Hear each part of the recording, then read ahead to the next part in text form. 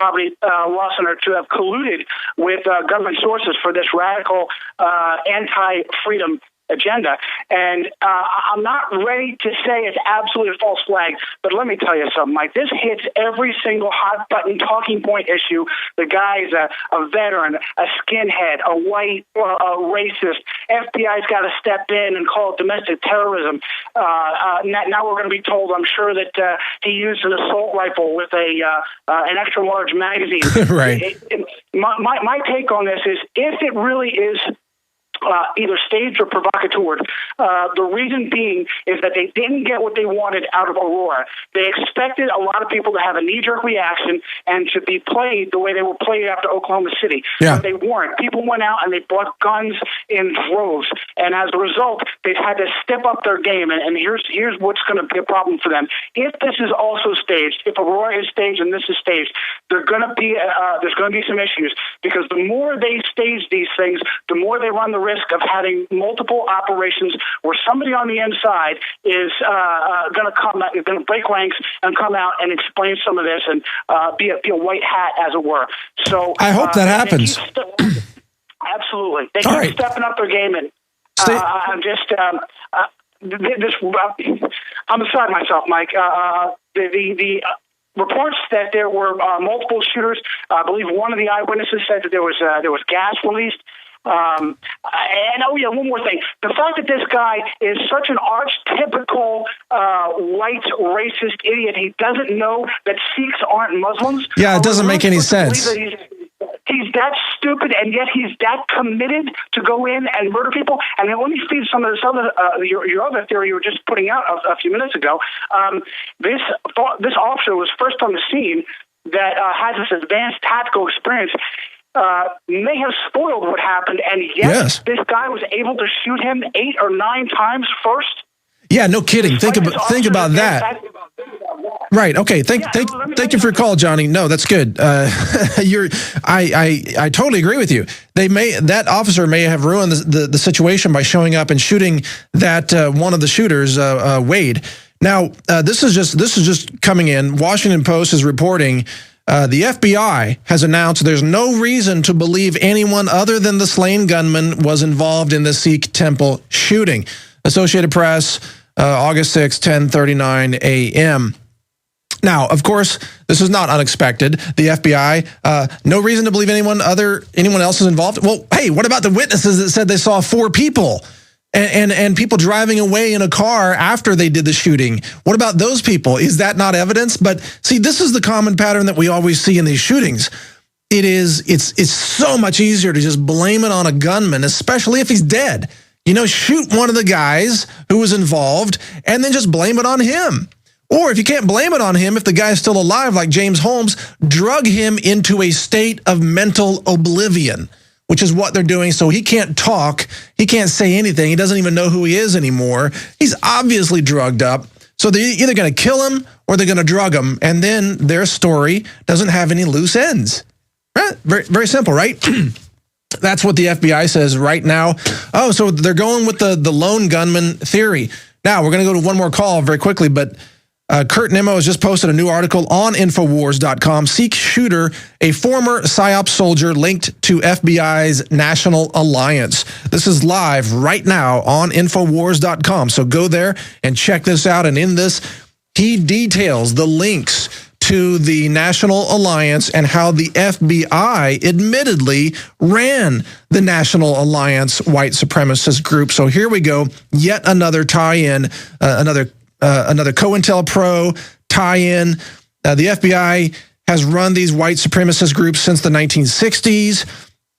They subsidized, armed, directed, and protected the Ku Klux Klan and other right-wing groups.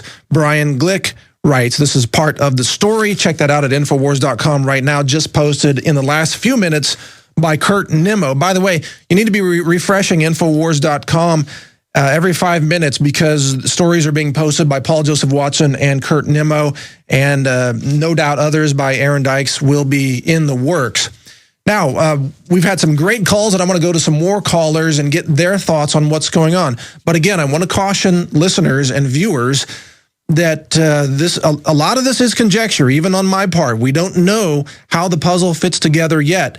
We're exploring, we're researching, we're connecting the dots, and we're highlighting some red flags or contradictions that appear in the official version of the story. That's the stage we're in right now. It's a little chaotic and it's fast moving, and it will come together. It will coalesce, let's say, in more detail over the next 24 hours. And Alex will be back here tomorrow to break it down for you in more detail. But for right now, let's go to Devin in Texas with the Marines. Devin, you're on the air. Go ahead, sir. Hey, how are you? Great show today. Hey, so just a few points. So I was in the military for 16 years. I just got out in 2007. I was in since 1991.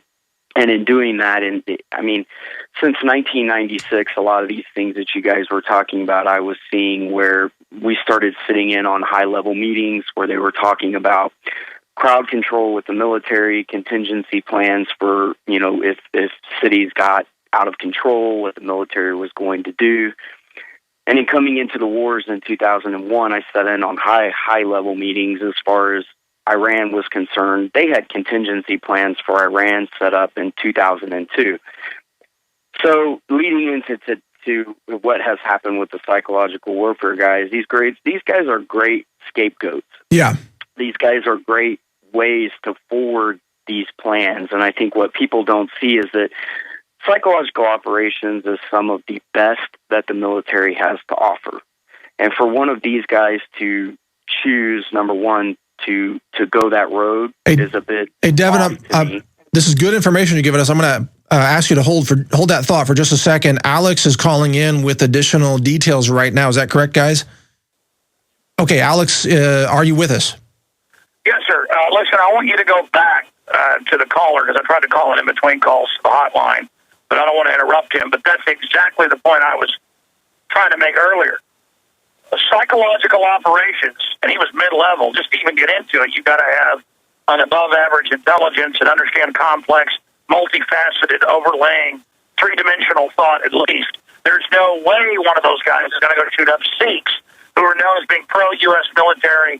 And as they were saying, with white supremacists, as I heard a police officer earlier say, who really knew his stuff, they like the Sikhs because the whole history of it is the white ruling class of India. They're like the vestigial leftovers of that. So that's like deep psychology for the white supremacists that India was really white ruled. So that police officer I heard earlier really knew his stuff.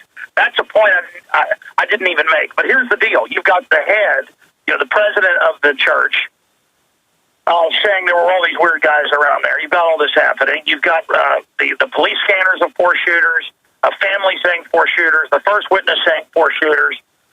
You've got all this happening. They were probably planning to kill everybody.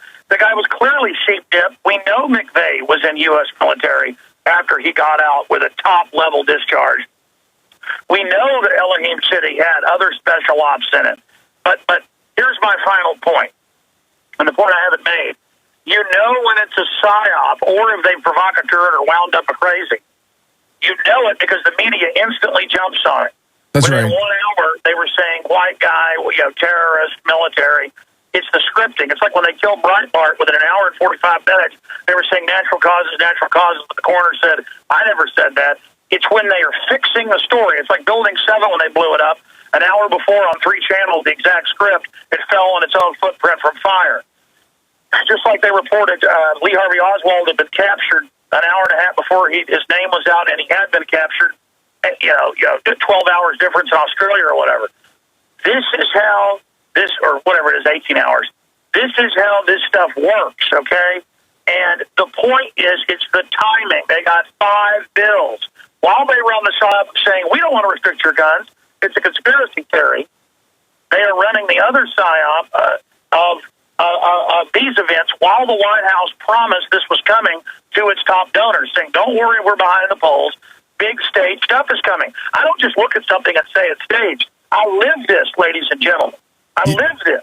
I'm telling you, this is ridiculous how staged Alex, this is. what do you think about the possibility that this guy was not supposed to have been caught and shot, that he was just part of the team that was supposed to shoot and leave? That's what I said. They either set him up. They either set him up or the police officer got there earlier and stopped it. These false flags always go bad. The media just covers them up.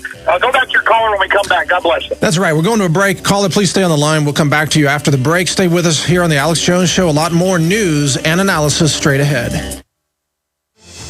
Alex, my gut tells me that this is just the beginning.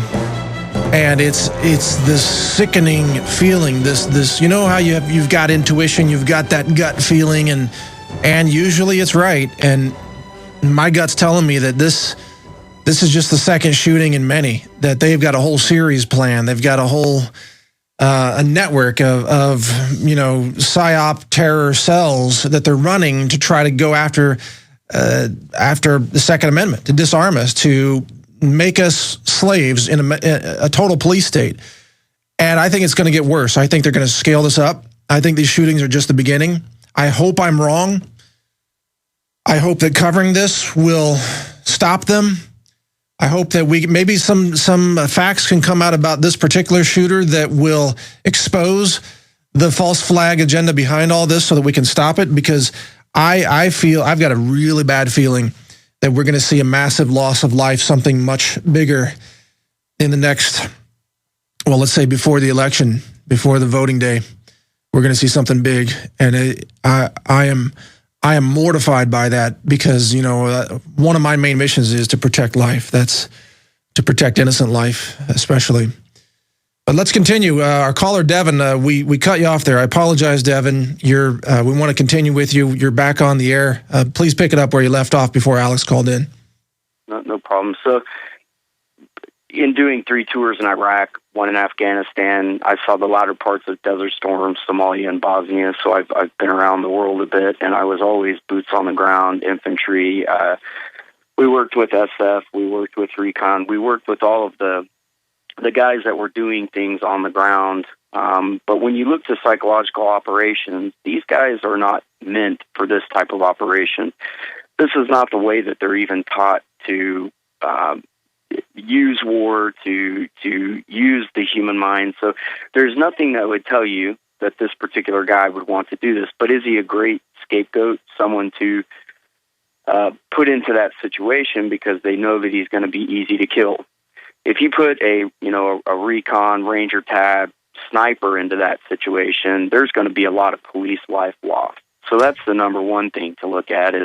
That's an interesting point, but he was also apparently quite competent at shooting back, because he struck the officer on the scene, I think something like 8 times. I don't know the exact number, but it seems like he at least was able to shoot back and to do so quite competently. Are you saying that a recon operator would have been far, far better skilled at that? Yeah, what I'm saying is that, every military personnel are skilled at shooting. That's part of your boot camp. That's part of your basic training. But when you start talking about, let's say, recon, ranger tab, sniper, there's only 100 of you in the United States.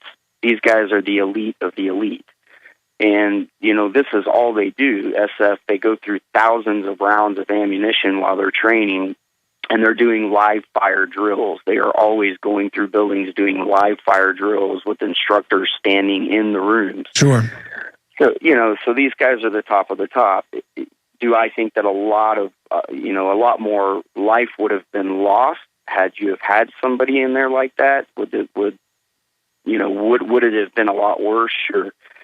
But when you start talking about this, psychological operations and this, what I was trying to reference to was that we sat into, these high-level meetings where they were talking about, going into war with Iran, what it would have to be like to control the population. You have 20 seconds left. Go ahead. Stay on it. I'm sorry. No, time is limited. Go ahead.